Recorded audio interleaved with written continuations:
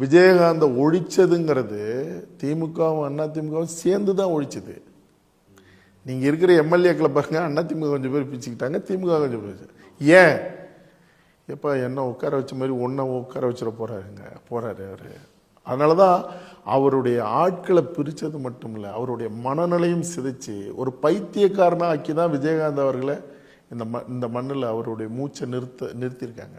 ரொம்ப கஷ்டமா இருக்கு இந்த வார்த்தைக்கு. உண்மை, நான் உண்மையை பேசுறேன். ஏன்னா விஜயகாந்த் அவர்களை பார்த்து தான் நான் நடிக்கணும்னே வந்தேன். நீங்க பாத்தீங்கன்னா என் நடிப்புல விஜயகாந்த் பாதிப்பு இருக்கும், விஜயகாந்தனுடைய எழுத்துல பாதிப்பு இருக்கும். அப்ப நீங்க உண்மையை பேசலன்னா கூட எதுக்கு நீங்க என்ன பேட்டி எடுத்து நான் உங்கள்கிட்ட சொல்லிட்டு, விஜயகாந்த் அவர்களை மனநிலைய பாதிக்க வச்சு ஒரு கோமாளியாக்கி கொன்ன கூட்டம் தான் இன்னைக்கு மாறி மாறி ஆட்சி பண்ணிட்டு இருக்குது.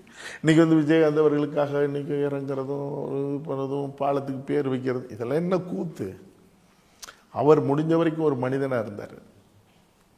அரசியல் முரண்பாடு, கொள்கை கோட்பாடு வேறையா இருக்கலாம்.